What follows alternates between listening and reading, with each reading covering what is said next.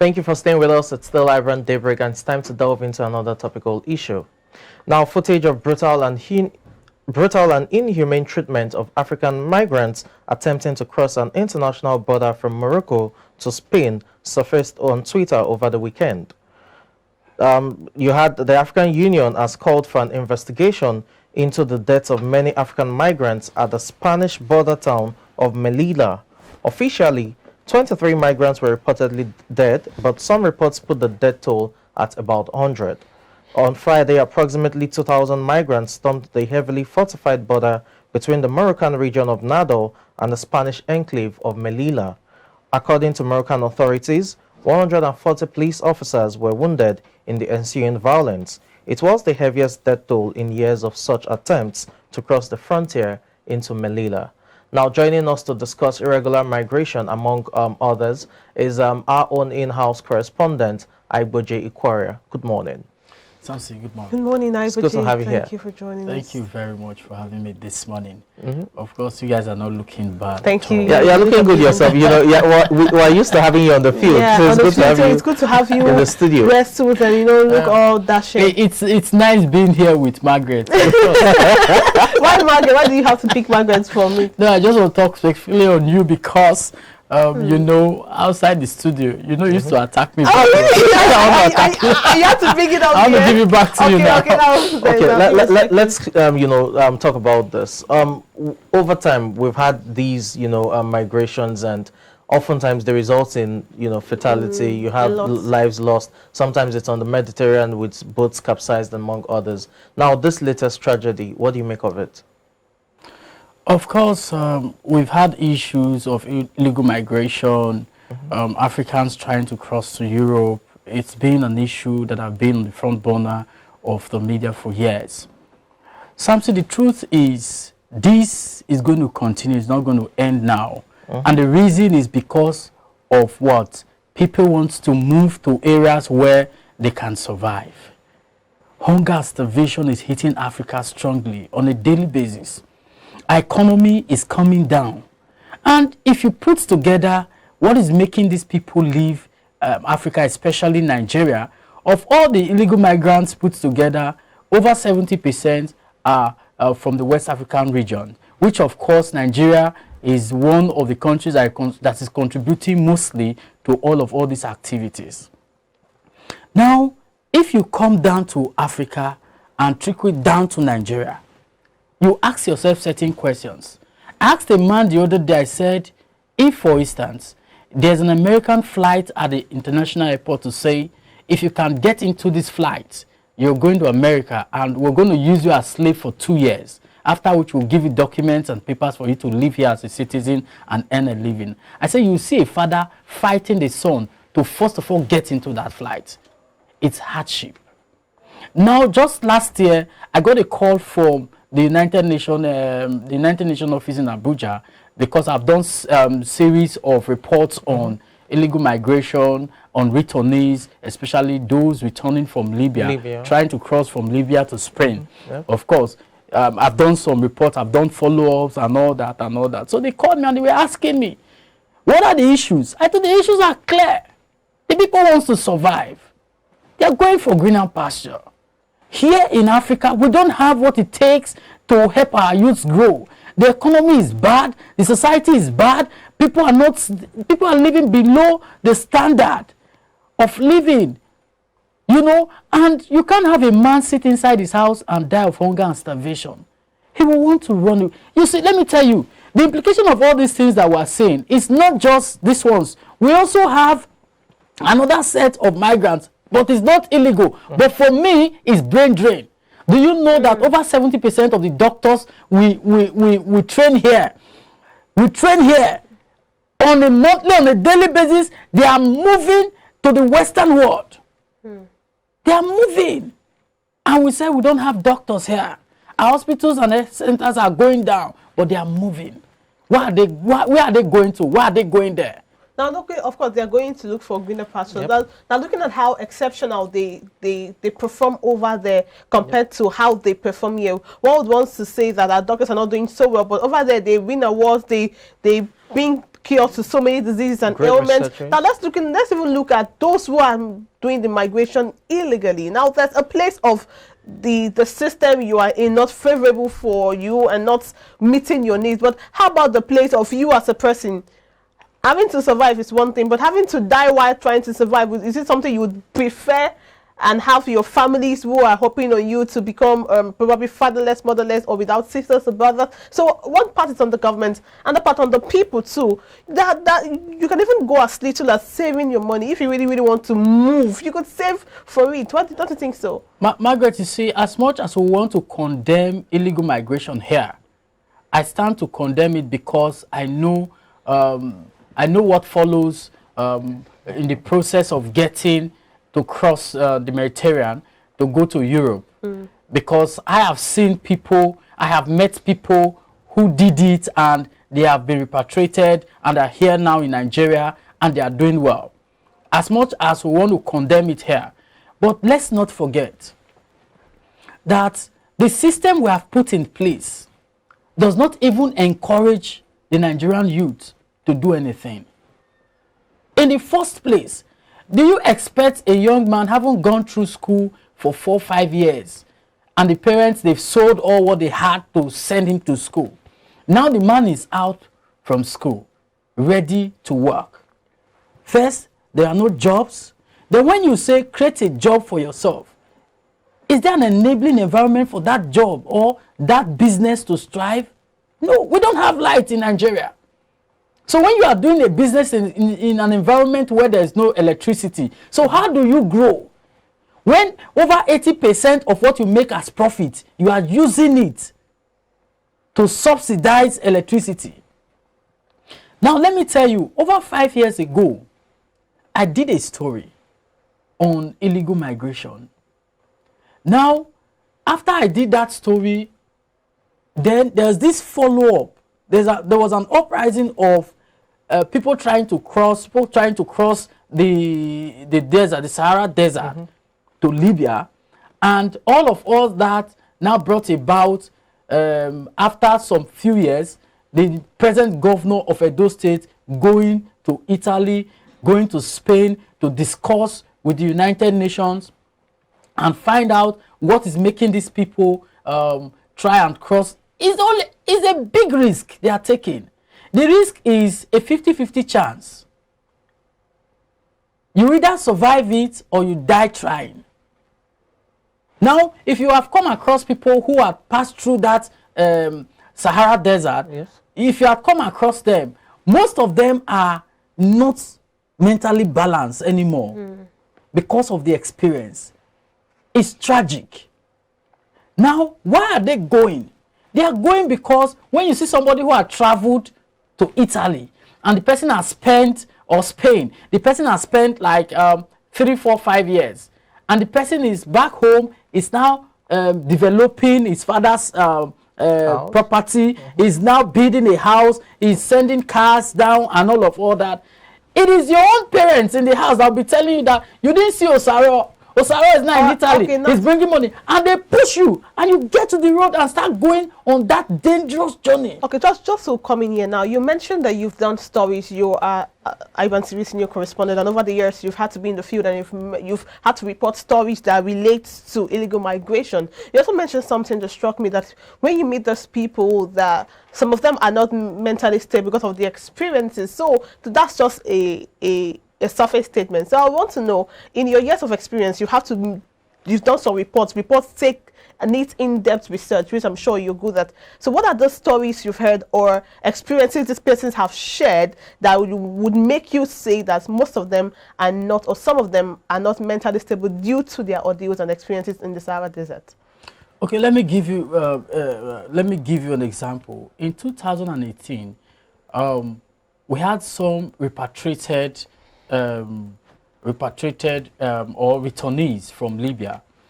That was when the governor created a ministry under the office of the Attorney General of Edo State, Professor Yinka Omorogbe. And when I started the whole of all these projects, I had to discuss with somebody who had a first-hand experience and had returned from Libya, Solomon Solomon Job. I'm not getting the second name, the last name now. Fine. Now, we discussed at length, and I asked him, "Can you share your story with us? What are some of those things?" He said, "My brother, if on your way to Libya, your first encounter is the encounter of the Sahara Desert." He said, "In that place, that is where you will see a man begging a man to urinate for him to drink. That is where you will see a man in the whole of the desert. Maybe you come across a well, and inside the well, they must have killed somebody inside, that you will drink water from that same well where you have dead bodies." He said, "How will you pass through that kind of process and you think you'll still be stable?" It's not possible. So you need a reorientation. You need a psychologist to talk to you. You get it? Before you can start coming back to your real senses. Such people, they are now more like animals than humans. Right? So when we did all this research and all that, which now prompted the state governor to go over there and talk with government, and decided to go and bring some of them back home. In coming back home, Margaret, I tell you, you see a lady who had traveled through that route and she had given birth to 2 kids. The father is not there. And she's coming back home now to come and meet with us. We had experience where we're talking one-on-one with some of the returnees. They are angry that haven't passed through that process, and they are now seeing Europe from the shores of Libya, and you are bringing them back to come and do what? Are you giving them a job? That if you don't give them a job, that they will go back. So they rather prefer the hardship than yes, coming back home. That is the problem we have. That is the trauma. And I know that the United Nations, after some time, had supported governments, various governments in Africa, to see what they can do to give these people jobs and all this. And government, you know, our politicians are terrible people. They are terrible people. They will survive these funds and take it to somewhere else, start doing other things and not putting the right thing in place. And after some few years, you will find out that these same people went back on the same journey. Because they see that if you can get to Europe, it's like you're not in heaven. And with the examples that they are showing, coming here to display wealth and all that, our younger brothers want to join them in taking such risk, even when the risk is deadly.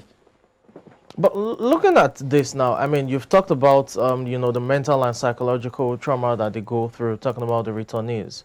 How about those who have to survive the whole ordeal and eventually get to the El Dorado, as it were, get to their destination?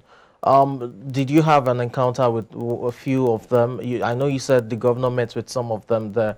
And what was it like, even in terms of settling there? Because it's one thing to go through all of these just to get to a destination. It's another thing to also try settle in a new environment. You're trying to evade, authorities because you do not have the right documents and all of that. And for all of the experiences they've had through their sojourn, how did they, leave? How did they settle in with the people? Now, of course, you know that when you travel through the wrong routes to Europe and America and all that, especially when you pass through the sea, you're just coming from the seashore. And, the white man, being his nature, will not just start killing you, They want to know what is bringing you to that particular place. And, of course, they take all these people to a camp where they are living. And, the funniest part of it is that while they are in camp, they get paid. Yeah, asylum. They're paying them. Camp. They're living well. They are feeding them. As compared to what they have back home. Yes. And some of these guys, even while they are on camp, they start sending that same money they are paying them in the camp back home for the parents and the siblings to take care of themselves. Are you seeing the problem that we have? Now, they will tell you, you have some people that will tell you that it is better for me to go to prison in America than to be on the street in Nigeria working as a free man. Our country has got into that stage. Now, there was this issue that came up on the media when the Ukraine-Russia issue started. The Ukraine-Russia war started a few weeks into the war. You had some Nigerians saying that they want to go to Ukraine to go and fight for Ukraine. Yeah. They want to volunteer themselves to go and fight for Ukraine. Were they actually going there to fight? Or just Is that the essence of it? It's an escape route they were looking for. And you have a government coming out to say, if you go, you're on your own, we're not sending you there, and all this. Now, I said we should look beyond what they have said.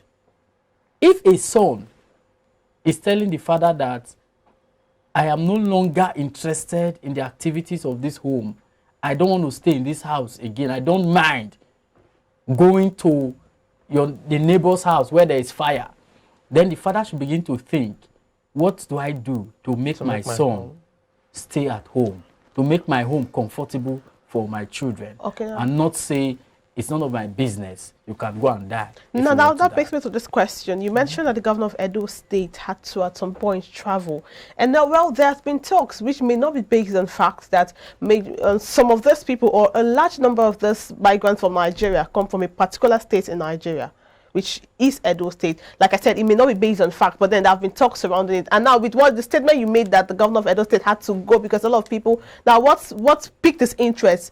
Probably because a lot of people from his states are the ones who have always had this issue. So I don't know if that's something to go by, or it's just based on assumptions by some people. You see, Margaret, illegal migration is not peculiar to Edo State. I know, but then you have a lot of people say this particular thing. It's not peculiar to Edo State. It's not even peculiar to Nigeria. Ghanaians are traveling. Yes, of course. Right? Yeah, they are migrating illegally. Cameroonians are migrating illegally. You know, it's a matter of Africans leaving their continents to other continents of the world, trying to find a place where it will be better for them because of what they are going through in their own continent. Now, agreed that the governor of Edo State at the time needed to leave his own state to Libya, his own state to Europe, to see all of what is happening and see how he can bring back his own people. Don't forget that those people that were brought back, when they were profiled, right, we discovered that some are from Delta states, some are even from the north. Do you get it? But at the time, the governor had to put them together and try and do a process for them, rehabilitation for them. After that, then put them in a place where they can learn skills. Some of them learned how to rear animals. Some of them learned how to farm. Some of them how to sewing, how to make soap, you know, small and medium scale enterprises and all that. Then they get supported and all of that. But what we are saying, that should not be the end. That should not be the end. Our government should begin to look at what they can do to make our society better for us. They should begin to look beyond doing roads. You cannot go to America campaigning for presidency, campaigning for the office of the president, and tell them that you will do road. And they'll cheer you. You can't do that. Or tell them that you will pay school fee, you will pay salaries, or tell them that you will build bridges. That is not what they want to hear. They want to hear policy statements. They want to hear statements that they can hold you accountable for. They want to hear statements such that you are telling them that their country will be better off the way you are coming to meet it. But here in Nigeria, we see people come and tell us that they want to build roads. In fact, at the time, they will tell us that they'll make $1 to be £1. They all kind of things. And elections is coming. Election is coming. And you have Nigerians here still waiting on election day to go and collect money to vote against their own conscience. We cannot continue to be saying all these things. And the only way to stop people moving from Africa to Europe, the only way is to make Africa a comfortable place for them to stay. That's a good place to wrap that up there. Thank you so much, Iboje Quaria, for sharing your in-depth analysis and thoughts on this conversation. Hopefully, the African leaders will come together and see, because it's been a long-standing conversation, and it may not end anytime soon. So we just hope that this is nipped in the bud, and we don't have people die in borders. And, I mean, just because they're trying to get a better living. All right, yeah, we'll take a short break now. We'll be back. More interesting segment for you after the short break. Stay with us.